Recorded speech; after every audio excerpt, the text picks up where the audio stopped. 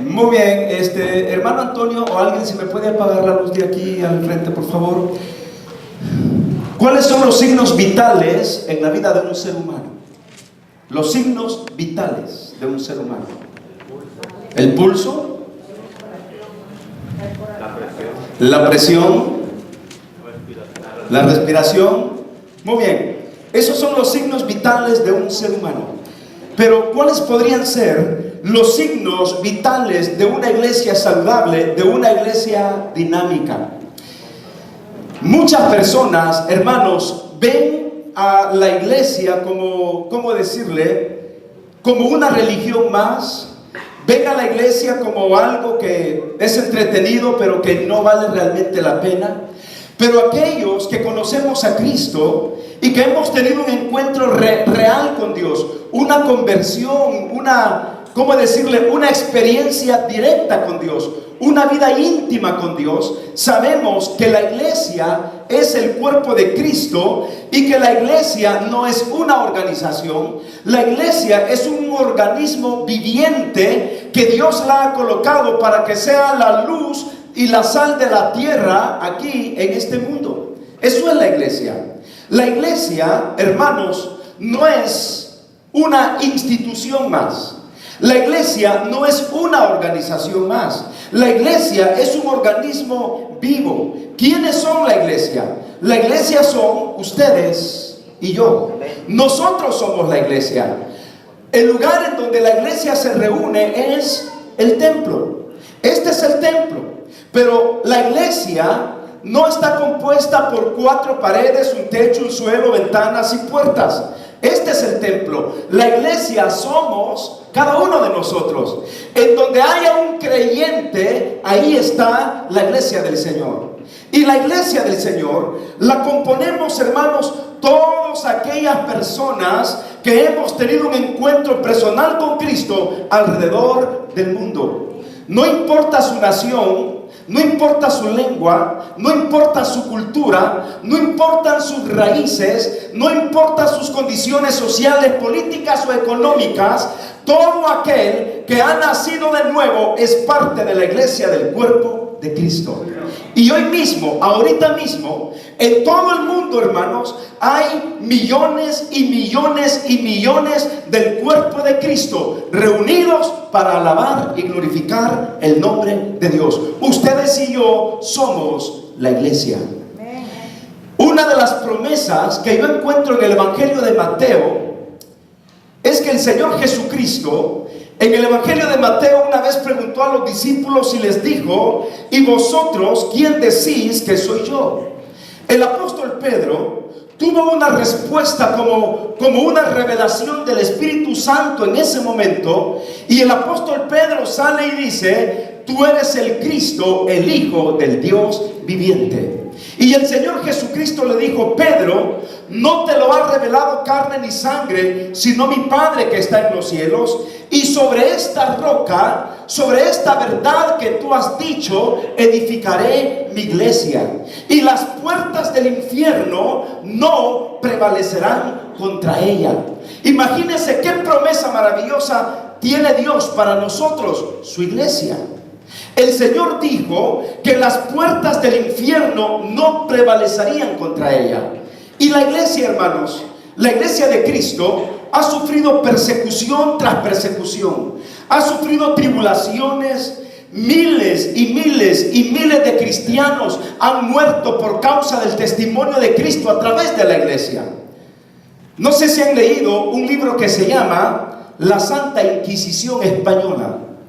Solo en esos años, lo que se le llama la Santa Inquisición Española, murieron millones, literalmente millones y millones de cristianos. Solo un sacerdote llamado Torquemada mató a más de 500,000 cristianos que se rehusaban a ser parte de esa organización, porque no es un organismo, de esa organización, y no negar su fe en la iglesia del Señor Jesucristo. La iglesia en el Nuevo Testamento, hermanos, sufrió lo que nosotros quizás no estaríamos dispuestos a sufrir. Una iglesia que sufrió las torturas, que sufrió, hermanos, las persecuciones más horribles de los emperadores de aquellos tiempos. Pero ¿sabe qué? ¿Por qué cree que estamos aquí como iglesia? Porque hubo una promesa, y esa promesa fue que las puertas del infierno jamás prevalecerían contra la iglesia de Cristo. Y por eso aquí estamos. Estamos porque somos de Cristo y porque Cristo es la cabeza de la iglesia. ¿Por qué no le brindamos un fuerte aplauso a nuestro Señor, a nuestro Salvador, a la cabeza del cuerpo de Cristo, que es nuestro Señor y Salvador? Alguien dijo que la iglesia se estaba muriendo, pero déjenme explicarles esto. Las iglesias, o más bien, la iglesia de Cristo se compone a través de iglesias locales, como esta iglesia. Usted puede ver rótulos de muchas iglesias en todas partes. Se les llama iglesias locales. Pero estas iglesias locales pertenecen a lo que se le conoce en la Biblia como la Iglesia Universal de Cristo. Esta Iglesia Universal de Cristo, no estoy hablando de esta iglesia de Pare de Sufrir, que se llama también Iglesia Universal, y que le dice que venga por su pañuelo ungido y usted va a sanar, y que venga y le vamos a dar la rosa bendita o el aceite traído de Israel y usted va a ser sano, y que ahí lo hacen millonario, y que si usted está gordo lo hacen flaco, si usted es morenito y quiere hacerse blanco lo convierten así en blanco como Michael Jackson. Hermanos, no estamos hablando de esa iglesia universal. Estamos hablando de que la iglesia universal de Cristo la componen todos aquellos creyentes alrededor del mundo que abrieron su corazón a Cristo, que le aman, que le siguen y se han convertido en sus verdaderos discípulos del Señor. Pues esta iglesia universal de Cristo se manifiesta en iglesias locales, como las iglesias de las Asambleas de Dios, el Príncipe de Paz, Iglesia de Dios, iglesias bautistas, iglesias pentecostales, iglesias cristianas. Todo ese grupo de hermanos como nosotros formamos parte de la Iglesia Universal de Cristo. Pero en una iglesia local, quizás ya he contado esto en algunas otras veces, en donde mucha gente estaba diciendo: hey, la iglesia se está muriendo. La iglesia se está muriendo. Mire, siempre hay personas que vienen a la iglesia solo para ver si es cierto que todavía la iglesia sigue. Y sobre todo cuando ha habido problemas en una iglesia. Cuando ha habido problemas en una iglesia, no faltan los, ¿cómo decirle? Los comunicadores.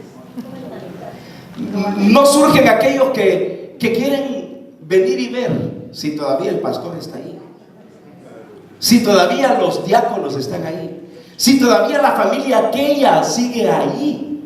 Y no falta, mire, personas que no vienen a la iglesia, pero cuando pasa un problema ahí los tienen, los primeros 3 domingos ahí están. Y se encargan de decirle a los otros: hey, esa iglesia se está muriendo, esa iglesia se está muriendo. Un día, una iglesia tenía este problema. Y todo el mundo decía: la iglesia se está muriendo, la iglesia se está muriendo. ¿Y sabe para qué sirven los directorios telefónicos? Para agarrar los números de los hermanos y aquella gente que es litigosa, que le gusta provocar y que le gusta hablar en mal de su iglesia. Agarran el directorio telefónico y como ahí están los números, nunca le han hablado a fulano de tal, pero esa vez el Señor les dijo que les hablara. Y hablan por teléfono. ¿Sabe que ella se dio cuenta, hermana? Oh, sí, y riegue la voz, y riegue la voz. El pastor se dio cuenta que todo el mundo andaba diciendo que la iglesia se estaba muriendo. Pobre pastor. Un día el pastor dijo: ¿cómo hago? Ya se dijo, voy a llamar a toda la congregación. Y comenzó a llamarles por teléfono. El domingo les espero porque vamos a velar a la muerta.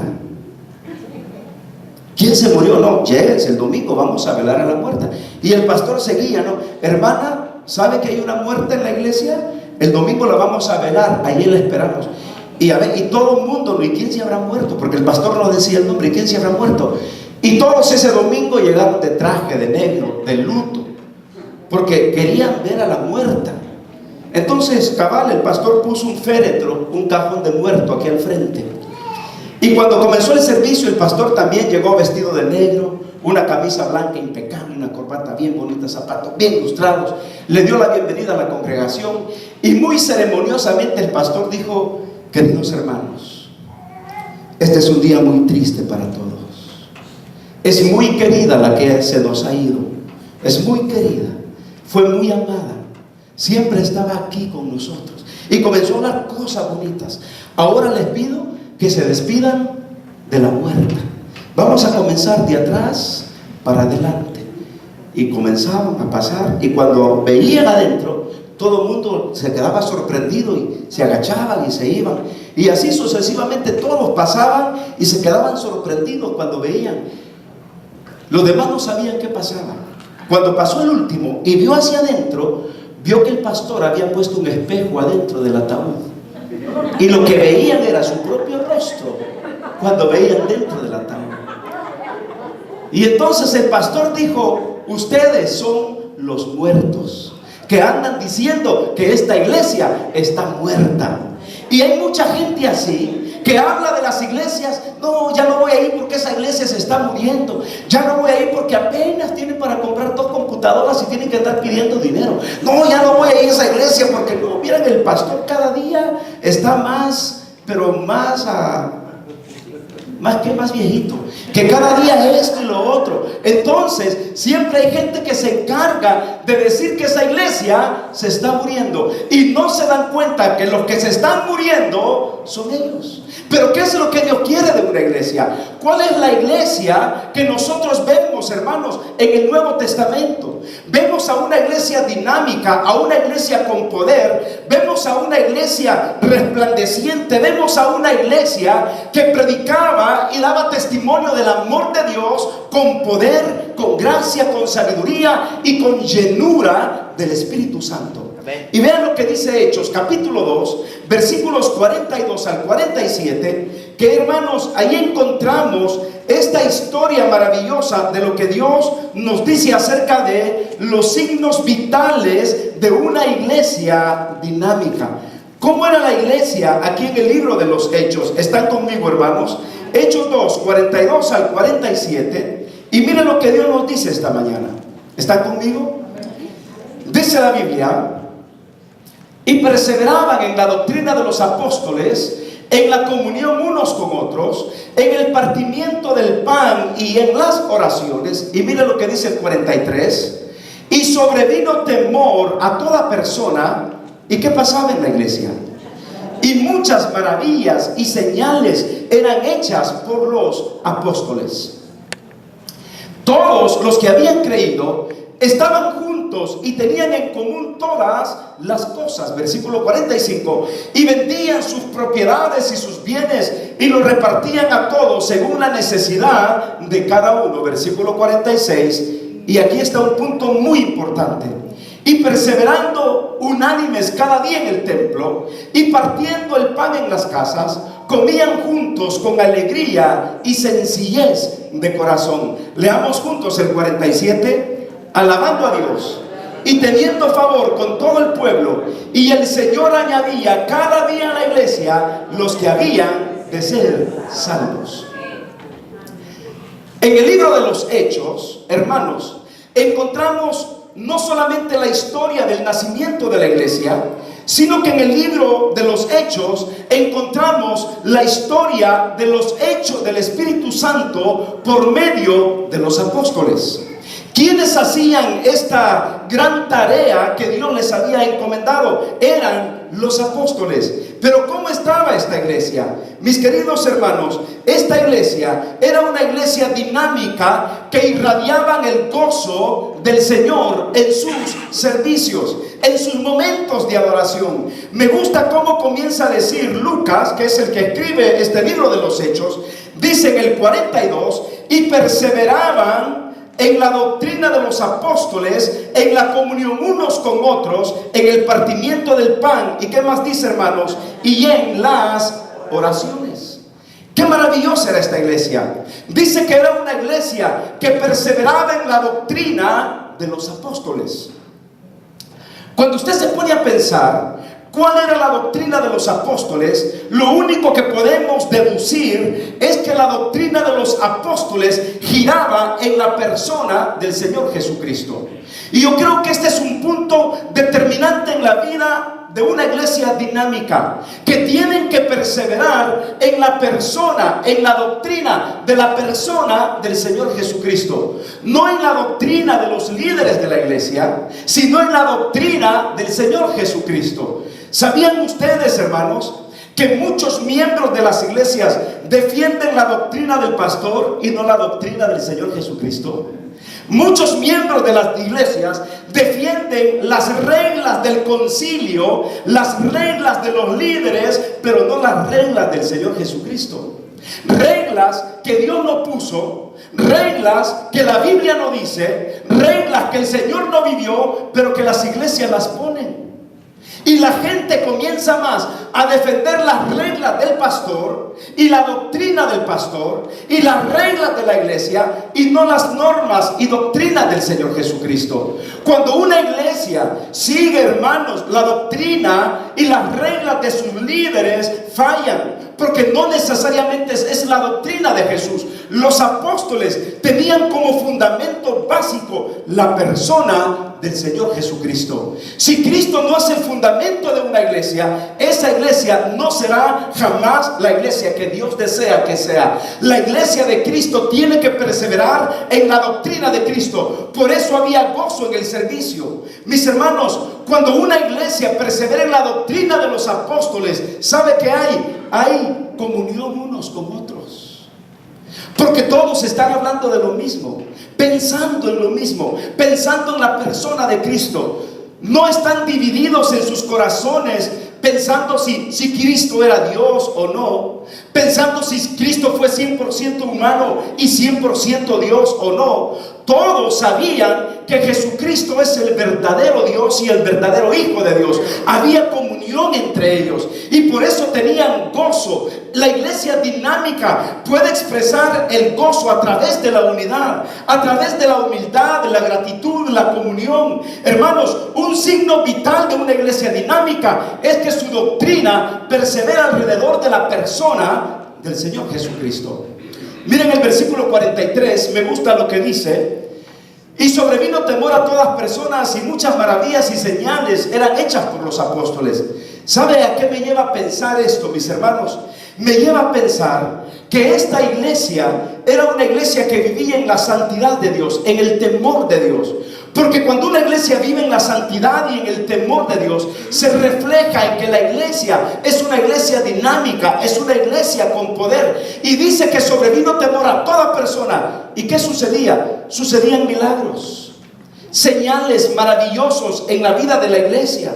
¿Sabe qué más, mis queridos hermanos? Volviendo al versículo 42, me gusta cuando Lucas está diciendo que perseveraban en la doctrina de los apóstoles, pero también en la comunión unos con otros. Y mire qué maravilloso: en el partimiento del pan y en las oraciones.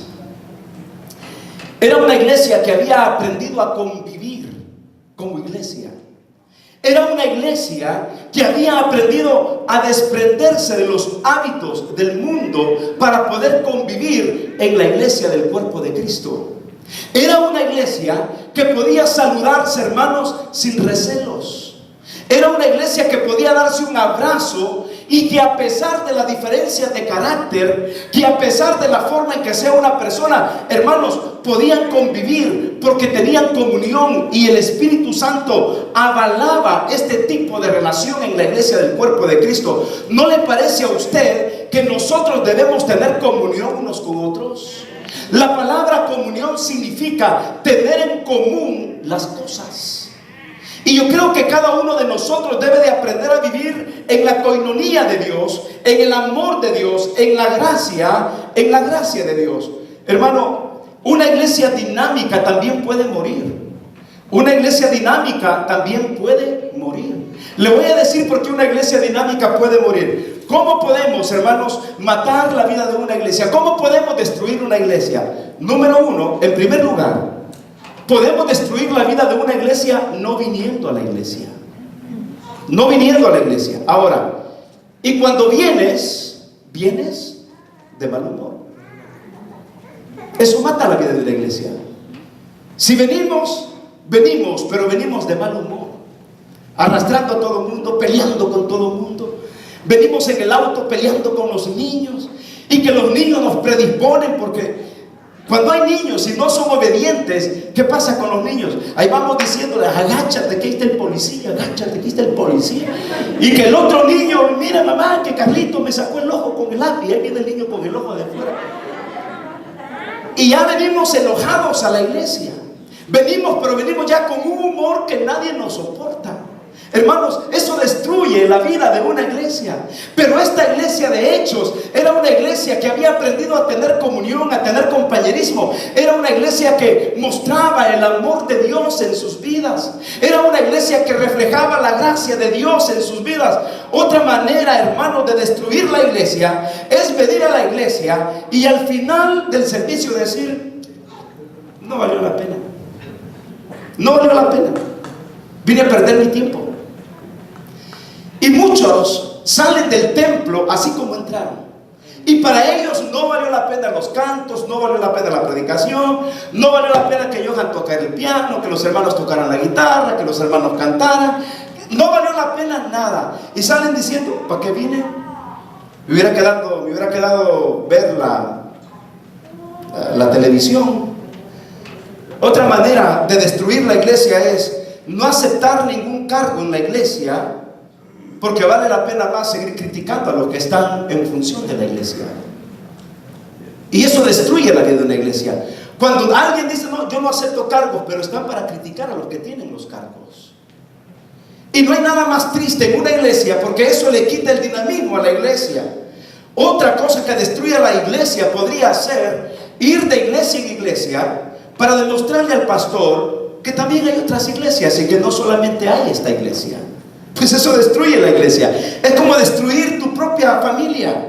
Otra es, hermanos, y disculpen los que están atrás, pero esto no lo escribí yo, es algo que lo escribió alguien.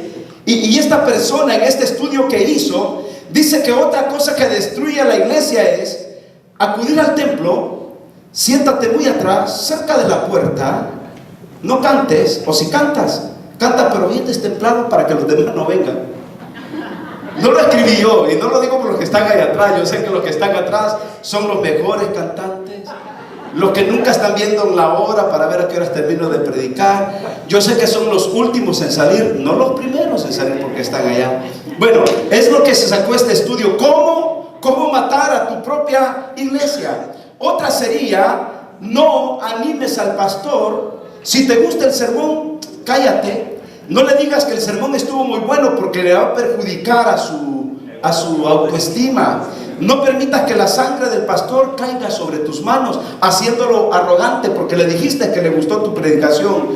Cuando las faltas están en tu pastor, cuando ves faltas en tu pastor, no tarde de comunicárselo a los demás, porque tarde o temprano, de igual manera, ellos lo van a descubrir. Todo esto destruye la vida de una iglesia. Pero esta iglesia, la iglesia de Hechos, era una iglesia dinámica, hermanos, que dice la Biblia que permanecían en oración, en comunión. Y mira el versículo 44, es algo maravilloso lo que Dios nos está diciendo en el versículo 44. ¿Qué dice la Biblia? Todos los que habían creído, mis queridos hermanos, ¿cómo estaban los que habían creído? Mire, dice la Biblia que estaban juntos y tenían en comunión, hermanos, todas las cosas. ¿Se acuerdan cuando prediqué sobre las sillas hace unas semanas atrás? Y me da gusto que por lo menos uno cambió de silla, de lugar.